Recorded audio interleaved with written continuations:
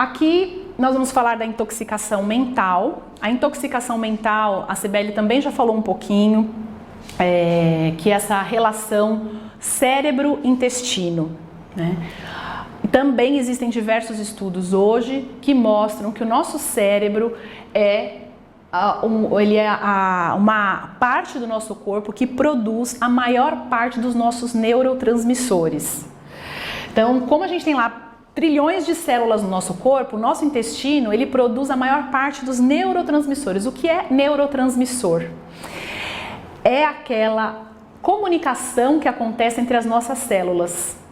É aquilo que leva informação de um lugar para o outro dentro do nosso corpo. E essas informações, muitas vezes, elas vêm através de substâncias químicas, de processos químicos, e liberam os hormônios que são tão importantes para a nossa saúde, como, por exemplo, o hormônio da felicidade. A gente tem liberação de dopamina, serotonina, adrenalina, todos esses hormônios responsáveis pelos nossos estados de humor. E a gente achava, isso é muito novo para a medicina, né? Os estudos mostram que são estudos muito novos, de poucos anos para cá, que essa descoberta foi realizada. Por quê? Porque antes a gente achava que o cérebro era o responsável por tudo, pela produção de todo o sistema nervoso, de todas as informações, que saía tudo do cérebro para o corpo todo. E de alguns anos para cá, a medicina, a ciência, ela vem descobrindo a importância do intestino. Por que a gente vai falar disso aqui? Porque é uma complementação para toda a história desse projeto.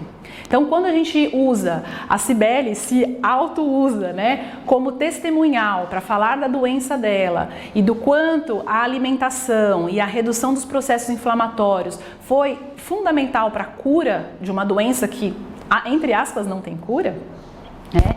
É porque ela foi olhar para esse tipo de conhecimento, para esse tipo de informação.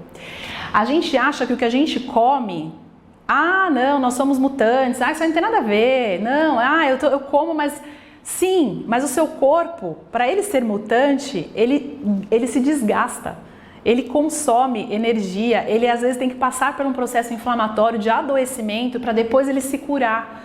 Sim, nós somos regenerativos, existe a cura de dentro para fora, mas ajuda. Por que a gente não pode ajudar o nosso corpo? A gente tem que sempre estar judiando, maltratando o nosso corpo, destruindo, intoxicando, para depois ter que remediar. Então essa é a cultura que a gente vive hoje, é a cultura da medicina da doença, é a cultura que nos coloca sempre com o remédio. Não tá bem, então eu vou com remédio. Só que eu vou contar um negócio pra vocês. Remédio não cura a doença. Ele só cura o sintoma. Muito chocante isso, mas o remédio não vai curar a doença. O que cura a doença é um conjunto, é um tratamento, é um conjunto de técnicas e práticas juntas com o remédio. E dentre elas também tem a mente, a força da nossa mente. Quantas vezes vocês já ouviram falar de histórias, entre aspas, milagrosas, que também não entrando na questão aqui religiosa, mas de pessoas que se curam pela força do pensamento. Tem hoje documentários no Netflix falando disso, a gente tem estudos de caso, a gente tem comprovações médicas, a pessoa vai lá num determinado momento e aí ela volta depois e ela passou por um processo de cura que não envolveu necessariamente um medicamento. Essa semana eu ouvi, não sei se é por causa da palestra que a gente acaba abrindo, né, o tema, mas eu ouvi um monte de histórias dessas. Depois a gente pode até num outro momento compartilhar só histórias de cura, que eu acho bem interessantes. Então o nosso intestino é o nosso segundo cérebro e o nosso intestino está muito ligado ao que? A nossa alimentação. É o nosso intestino que absorve a maior parte dos nutrientes que a gente come. Ele passa por aqui, vai para o estômago, que processa e depois... Quem é que pega tudo que tem de bom do alimento? É o nosso intestino. Então o nosso intestino é fundamental a gente pensar na nossa alimentação. Para ter uma saúde, o cérebro ter saúde, a gente precisa pensar na saúde agora desse outro cérebro, que é o cérebro chamado intestino. Ok? Então a gente precisa pensar que todas essas substâncias, esses nutrientes que chegam ao nosso intestino afetam o nosso sistema nervoso diretamente. Tá? Um exemplo disso que eu posso dar, assim, se você tiver uma microinflamação intestinal, você pode afetar o seu sistema nervoso todinho. Uma inflamação no intestino pode causar uma série de disfunções no seu sistema nervoso. Tudo isso está completamente interligado, tá bom? Da mesma forma, da mesma forma que as bactérias que a gente tem, nós temos milhares de bactérias funcionando no nosso corpo, mas as bactérias, a gente tem que escolher boas bactérias para consumir bactérias boas, que a Cibele deu os exemplos, para que a gente também tenha um equilíbrio na flora intestinal com as bactérias ruins. Agora, se a gente se alimenta mal e só consome nutrientes que produzem bactérias ruins, a gente também não vai absorver, não tem a mesma capacidade de absorção das bactérias boas, que vêm de alguns alimentos, como ela já citou, ok? Vamos seguir aqui com a intoxicação mental. Então, quais são os melhores aliados para o nosso cérebro?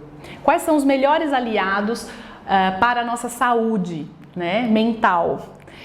A atividade física, isso a gente repete, mas todo mundo fica, atividade física, eu já sei, isso fala no Fantástico, isso fala no jornal, isso todo mundo fala, no café da esquina, em cada lugar que você for, todo mundo vai estar falando a mesma coisa, pratique atividade física. E aí a gente precisa entender por que a gente não pratica. Talvez voltar lá no slide dos hábitos e ver quais são os gatilhos que nos impedem de fazer a caminhada de manhã. É a preguiça, é o excesso de tarefas, que é? Ou no final do dia, o que nos impede de realizar, né, essa atividade física? Então, a atividade física, ela proporciona a produção de substâncias químicas no seu corpo. Quando você faz musculação, uma caminhada ou nada, patins, o que você decidir fazer de atividade física, essa atividade vai promover substâncias no seu corpo, substâncias que dão prazer, que trazem felicidade, que trazem saúde, que que regulam a qualidade do nosso sono, que regulam o nosso apetite. Já é comprovado que quem pratica atividade física, antigamente falavam, você vai fazer exercício físico, vai dar mais fome. Não, não é verdade, porque o nosso corpo libera, ele se desintoxica e a gente não sente tanta fome. A gente sente sede porque a gente precisa reidratar, mas a gente não sente fome. Tem estudos relacionando apetite com atividade. Então a gente tem que pensar que esse é um grande aliado para o nosso cérebro. Várias pessoas chegam no consultório com queixa de depressão.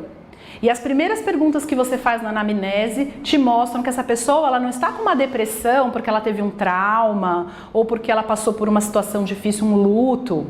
Às vezes mas muitas outras vezes a pessoa ela está desvitalizada, ela não tem nutrientes, ela não está recebendo os nutrientes adequados, ou ela está num estado de, como a gente não faz atividade, sedentarismo, um estado de sedentarismo tão grande que ela não sai, ela não levanta do sofá.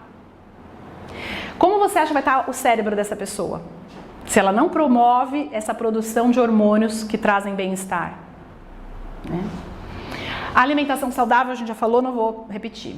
A boa qualidade do sono também a gente acabou já falando, o quanto é importante ter estratégias para ter um sono bom.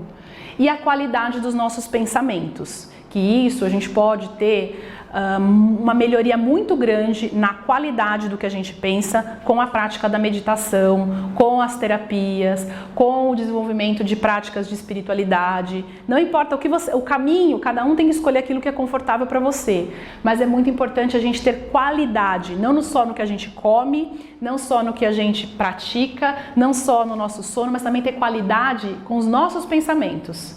De nada adianta a gente comer bem e tal, e aqui a gente está intoxicado com conteúdos destrutivos. Esses pensamentos também vão produzir uma realidade.